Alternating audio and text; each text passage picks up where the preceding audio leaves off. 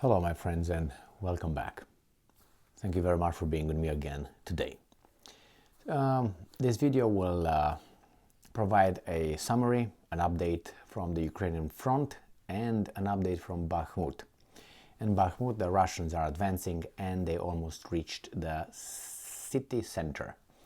Now let's start with the article from Ukraine, and I have an article from Russia. I try to balance them and see when they overlap, when they go like this, or when they meet.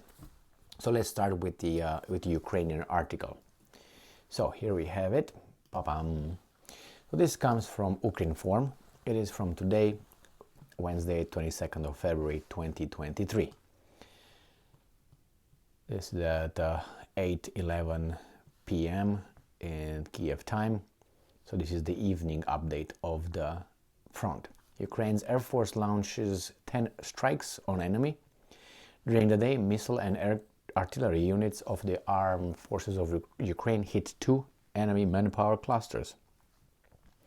This is stated in the evening report of the General Staff of the Armed Forces of Ukraine posted on Facebook.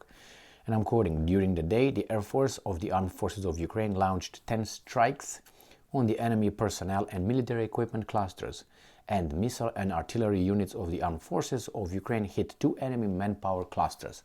Man, these guys are so good, they never hit any civilians, any civilian infrastructure, never. That's good. During the day, the enemy launched 9 missile strikes, including 4 on the city of Kharkiv, 10 airstrikes, and more than 20 MLRS attacks. All right. In Volyn, Polisia, Siverchnia, and Slobozhanchina directions, the operational situation remains without significant changes. The enemy continues to maintain a military presence near the state border of Ukraine, but no signs of the formation of offensive groups have been detected. The enemy launched mortar and artillery attacks on the settlements of Sloboda and Mikhalchnia in Chernihiv region. Like always, I go on the map provided by the Russians because they have it clear and nice here, better than anybody else, I gotta tell you. Not because I agree with this or not, it's not about that, it's about the information it provides. Certain names are here, not certain, all the names are, I think, in when they mention, for instance, Chernigov, these guys are Chernihiv. Right here, and when they said here up here Kharkiv, the Russians are Kharkov and Chernigov. Anyway, it's not hard to figure out who's who, what's what. But for instance, Bakhmut in Ukraine is Artemovsk in Russian. So 2 different, very different names. Or Ugledar, Vuhledar in Ukraine. So this article here started with saying that the Russians attacked this region, and nothing here from the Russian side. Now we're going to go, this is how usually the Ukrainians go, from north, go to northeast, go east, and then southeast, and so on. All right, so let's go with the Ukrainians here. And they say here that the Russians used mortar and artillery attacks on Korenyok,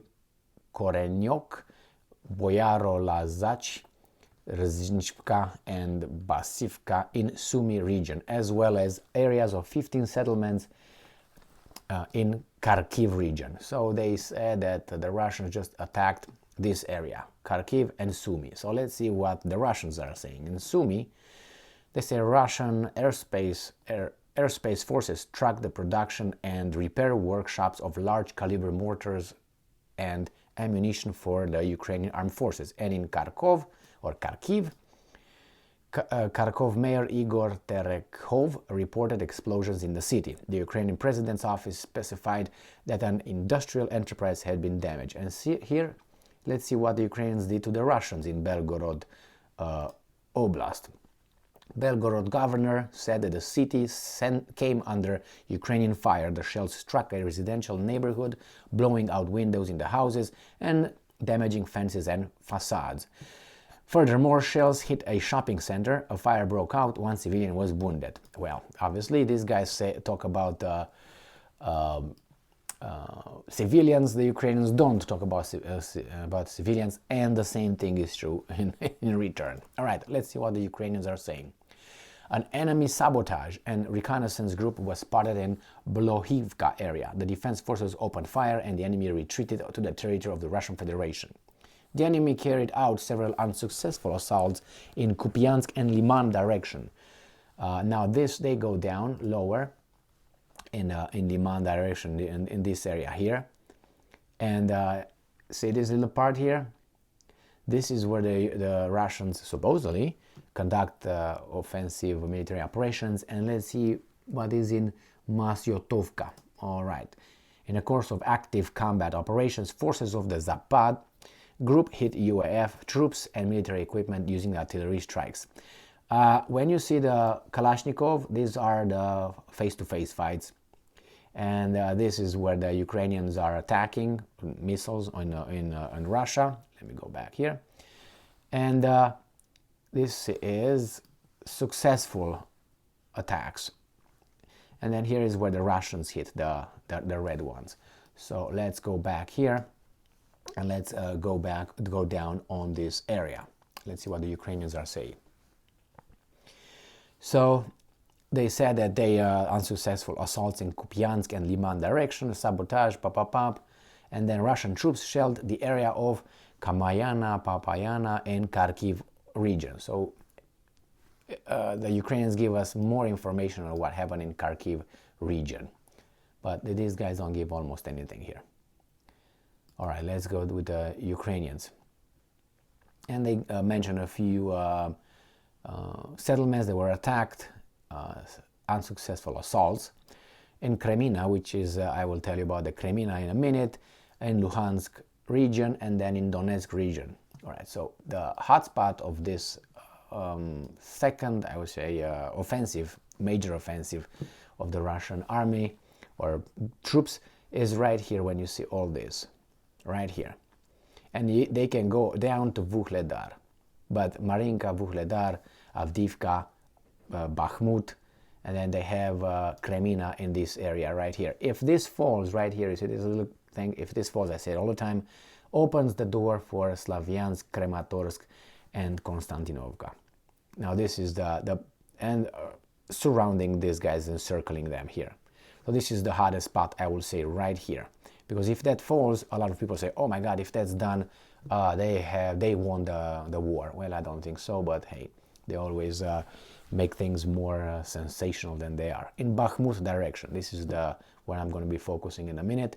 The enemy continues to attack the positions of Ukrainian troops near the settlements of in Bakhmut. The enemy is actively conducting aerial reconnaissance to adjust artillery fire. Areas of 18 settlements were shelled.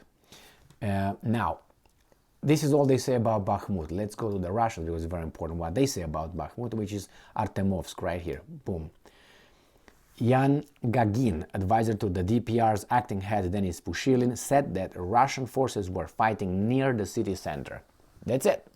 I think the Ukrainians here will be encircled pretty soon right here. But hey, what do I know? Let's move on. In Avdiivka, we go south now. So they're moving in this area here. Again, a possibility to encircle these guys.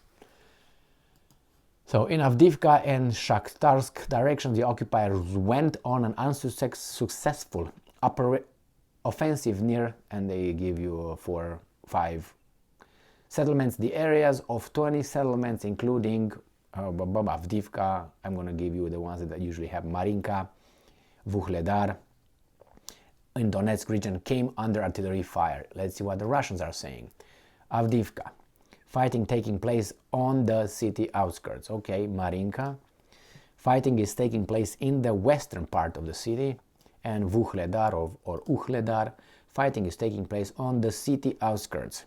Forces of the Vostok group hit UAF units using artillery strikes.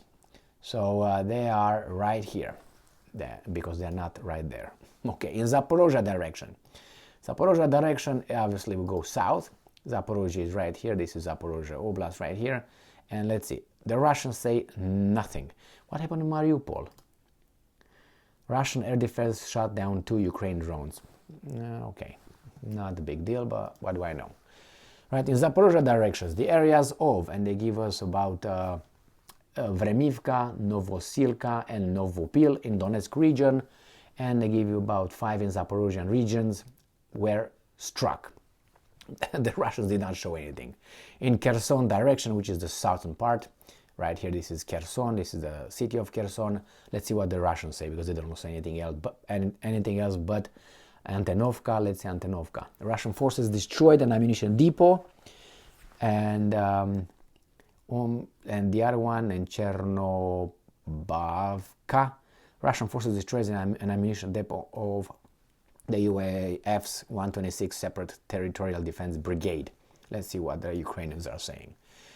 In Kherson direction, the settlements of Kherson region located on the right bank of the Dnieper River, particular Novotyakhinya, Antonivka, the one I mentioned, and Chornobaivka, were hit with artillery. The General Staff also reported that Russian invaders were using the local infrastructure in a temporarily occupied part of Zaporozhye region for their own purposes. What?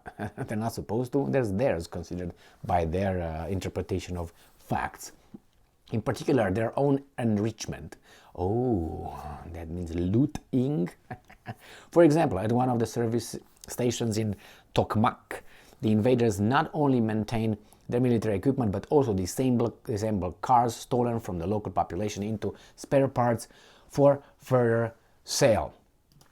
I'm pretty sure that occurs, and I'm pretty sure that occurs in any war. But anyway, what do I know, right? I remember when the Soviet Union came over the Romanian territory at the end of the Second World War. There were stories, and I don't think there were only stories, that the Russians disassembled, how do you call it, railways, the rails, the heavy rails, and they took them to Soviet Union. So that's what I say, because that still is pretty tough. That's one example, but I'm pretty sure that's other examples in other wars. So this is a very general summary of the front. Bakhmut in city center, according to the Russians. The other ones, nothing happens. And we'll see. This is not a definitely it is not a decisive Russian offensive. That's for sure. Not that because they are probably weak, but the Ukrainians are not weak at all. So the Ukrainians reported that the Russians have about 350,000 people fighting, and the new troops are on the front and they're ready to start the real invasion. So this is like a pre-invasion after the 24th, or maybe on the 24th. Well, we'll see what that would entail. Thank you very much for being with me again today. We'll see what happens with that one. Stay strong, stay smart, look for the truth, and be just.